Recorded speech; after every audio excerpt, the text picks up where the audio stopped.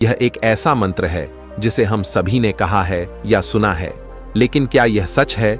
बहुत से लोग समस्याओं के सामने खड़े होकर बस इंतजार करते रहते हैं, आशा करते हैं कि समस्याएं अपने आप हल हो जाएंगी। यह एक सामान्य सोच है कि समस्या से बचने का सबसे अच्छा तरीका है कि हम इंतजार करें और उम्मीद करें कि समस्या खुद ही ठीक हो जाएगी। लेकिन क्या यह सच है? क्या वाकई मुश्किलों का सामना करना और उनसे निपटना इतना आसान है? इस वीडियो में हम बात करेंगे कि समस्याओं के सामने खड़े होकर इंतजार करना सबसे अच्छा विकल्प नहीं है। हम आपको सिखाएंगे कि समस्याओं का सामना करना उन्हें हल करने का सही और प्रभावी तरीका है। इस वीडियो के माध्यम से हम सीखेंगे कि हमारी मेहनत, समर्पण और सही दिशा में कदम बढ़ाने से ही समस्याएं हल हो सकती हैं। तो इस वीडियो को अंत तक देखें और सीखें कि समस्याओं का सामना करना और उन्हें हल करना ही सच्चा समाधान है।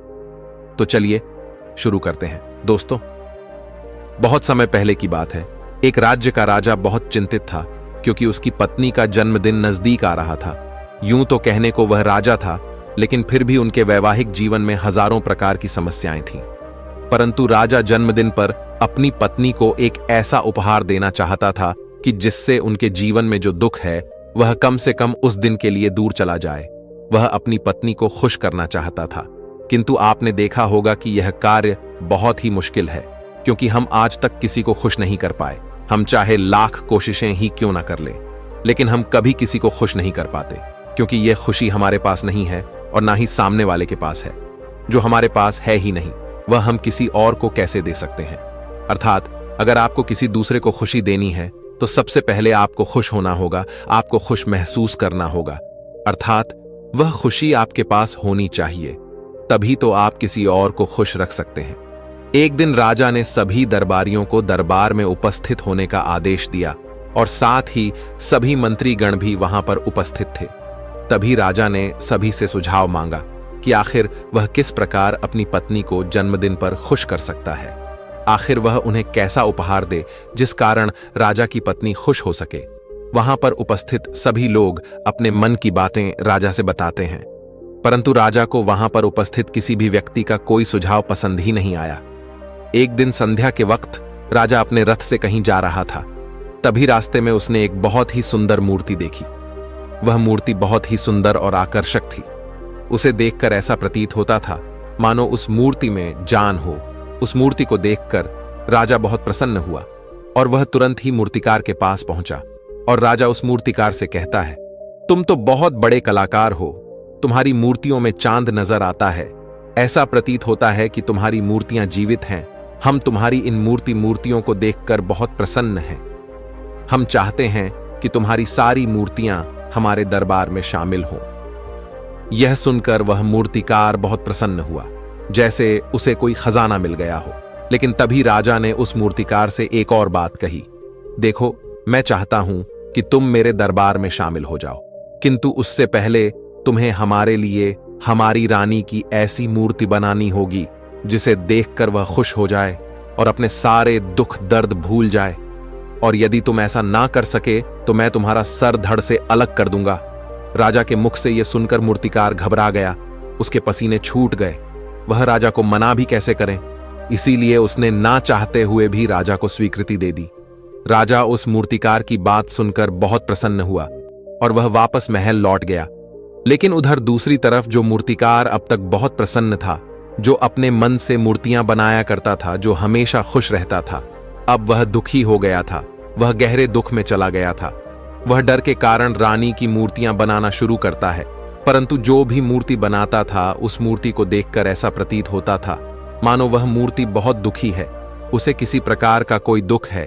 एक के बाद एक उसने कई सारी मूर्तियां बना डाली, परंतु कोई भी मूर्ति ऐसी नहीं थी जिसे देखकर कोई भी खुश हो सके, जिसे देखकर यह प्रतीत हो कि मानो उस मूर्ति में जान है और वह मूर्ति देखकर कोई भी अपना दुख भूल जाए। और यह इस कारण हो रहा था क्योंकि मूर्तिकार भीतर से बहुत दुखी था, जो उसकी मूर्तियों के रूप में साफ और स्पष्ट नजर आ रहा था। राजा ने उस मूर्तिकार को 1 सप्ताह का समय दिया था, किंतु 4 दिन तो उसने यूं ही व्यर्थ कर दिए। अब उसके पास केवल 3 दिन का ही समय बचा था, जिसके बारे में सोच सोचकर उस मूर्तिकार का गला सूखा जा रहा था। डर के कारण अब उसके हाथ पैर भी काम करना बंद कर चुके थे। उसके हाथ से हथौड़ी और छीनी तक नहीं चल रही थी और उसे अपना भविष्य नजर आ रहा था। उसे नजर आ रहा था कि राजा उसे मृत्यु दंड दे रहा है।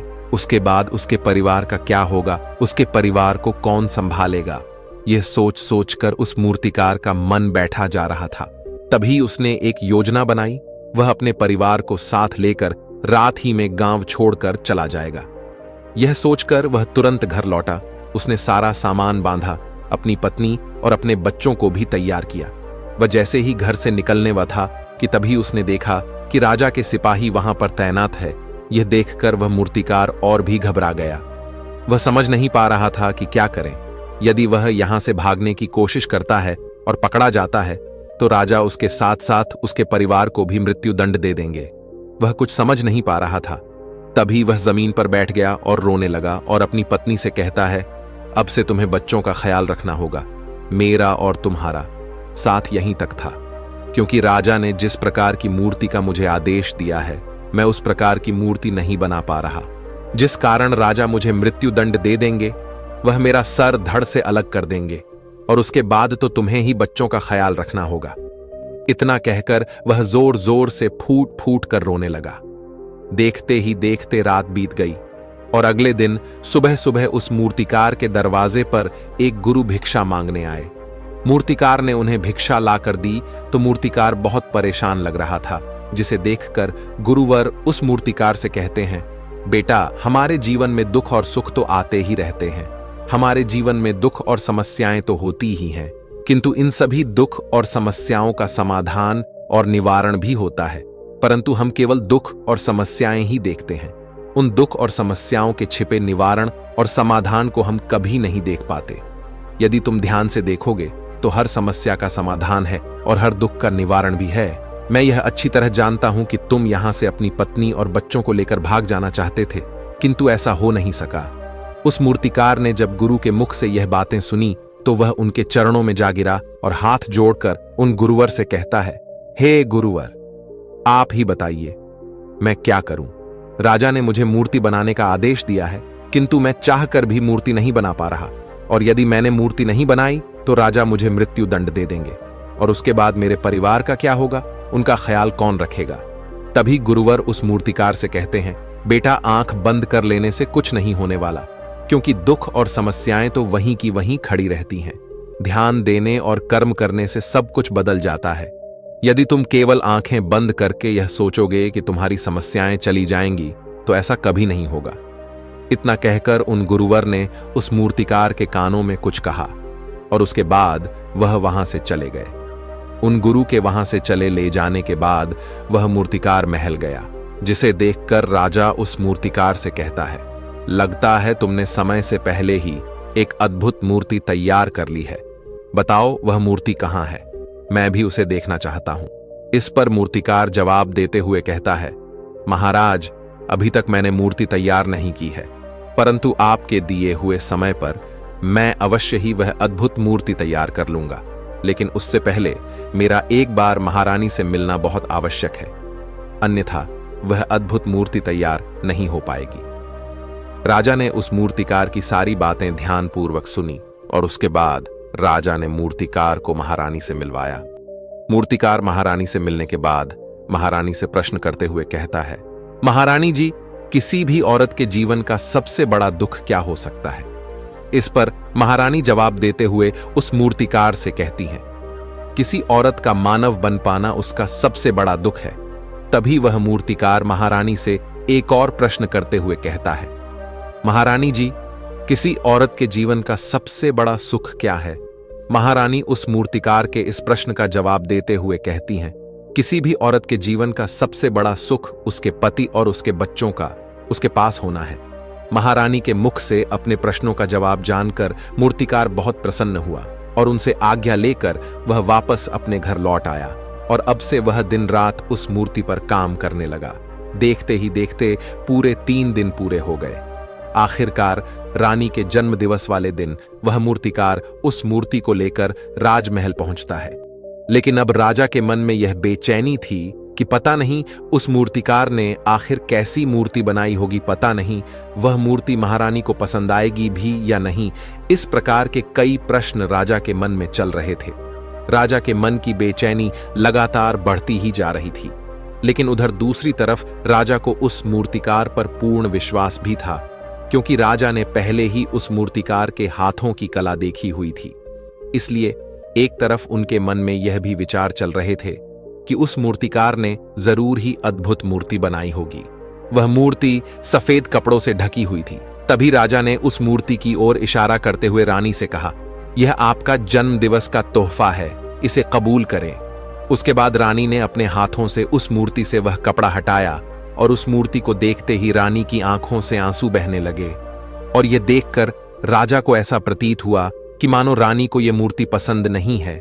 इसलिए राजा ने तुरंत ही क्रोधित होकर अपने सिपाहियों को आदेश दिया और उस मूर्तिकार को बंदी बनवा लिया। लेकिन तभी महारानी राजा से कहती हैं, रुकिए, इस मूर्तिकार ने तो मेरा दुख और सुख एक ही मूर्ति में निकाल दिया है।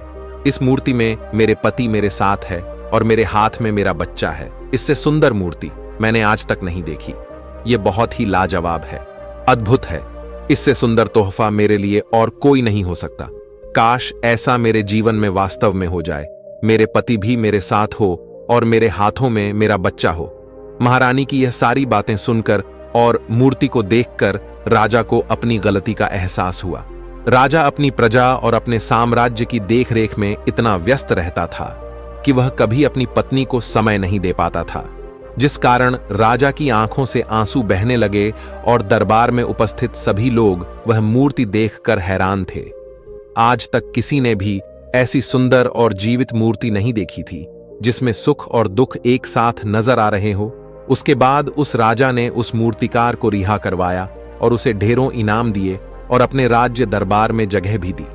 किंतु उस मूर्तिकार ने इनाम तो स्वीकार कर लिया, परंतु राज दरबार में उसे जगह नहीं ली और हाथ जोड़कर राजा से कहता है, हे महाराज, मेरी आपसे विनती है, आपने मुझे चेतावनी दी थी, यदि मैं यह मूर्ति नहीं बना सका तो आप मुझे मृत्युदंड दे देंगे। किंतु मैं आपसे बस इतना ही कहना चाहता हूं, हम में से चाहे कोई भी प्राणी क्यों ना हो, सभी के प्राण उतने ही कीमती हैं जितना कि आपका या महारानी के हैं। इसीलिए किसी को भी बिना दोष के दंड नहीं देना चाहिए।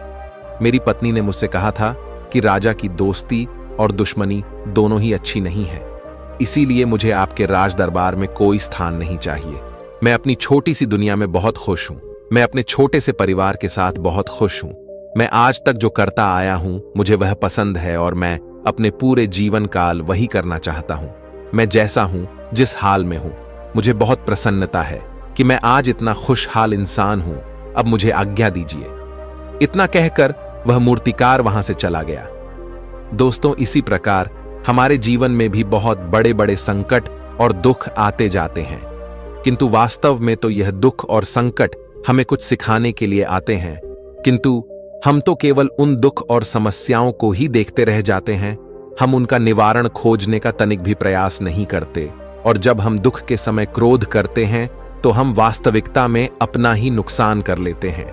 जो व्यक्ति समझदार होते हैं वह अपने दुख और परेशानियों से यह सबक सीख ही लेते हैं कि उन्हें विषम परिस्थितियों में शांत रहकर उन दुखों का निवारण करना चाहिए, उन समस्याओं का समाधान करना चाहिए।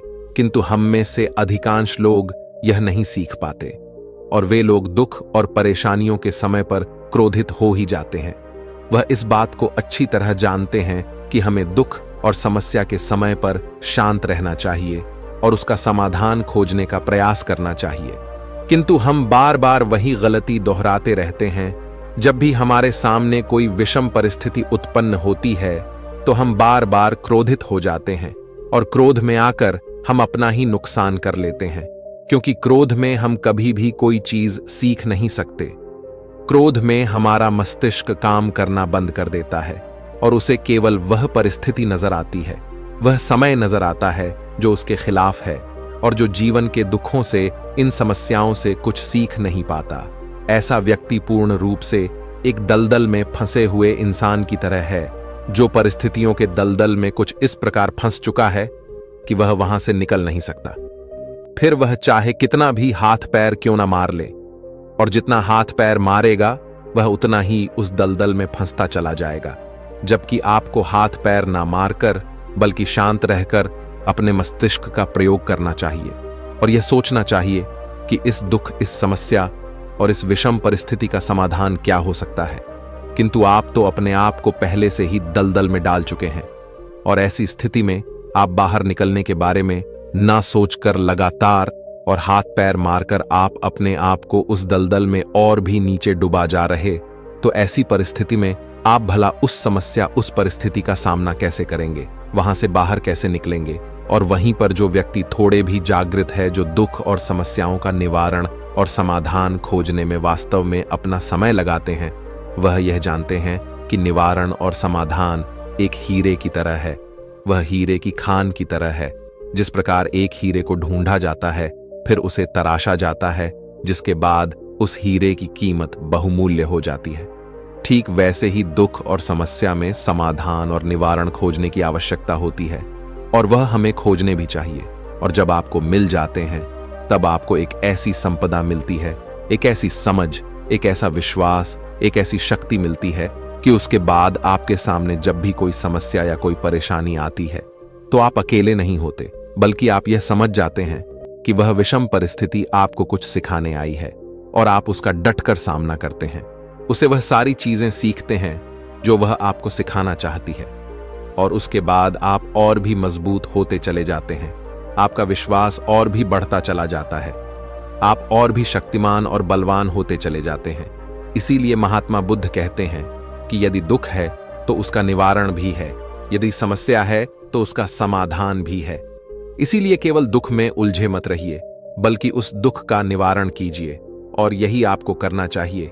केवल हाथ पर हाथ धरे बैठे रहने से या फिर यूं ही समय को व्यर्थ गंवाने से आपको कभी भी उसका निवारण नहीं मिलेगा, बल्कि जितना आप उस दुख और समस्या से अपनी जान छुड़ाकर भागने की कोशिश करेंगे, उतनी ही तीव्रता से आपके पीछे भागेगी। और जैसे जैसे समय बीतता जाएगा, वह दुख और समस्या और भी विकराल रूप ले लेगी और तब उसका सामना करना और भी मुश्किल हो जाएगा। इसलिए यदि कोई दुख और समस्या अभी आपके सामने है, तो उसे लड़ डटकर सामना कीजिए, उससे सीखिए और निवारण कीजिए। दोस्तों, आपने आज के इस वीडियो से क्या सीखा, वह मुझे आप कमेंट में बता सकते हैं। इसी के साथ में उम्मीद है कि आपको आज की वीडियो पसंद आई होगी, तो इस वीडियो को उस इंसान को शेयर करें जिससे यह कहानी सुनने की जरूरत है और उसी के ठीक बाद चैनल को सब्सक्राइब करें।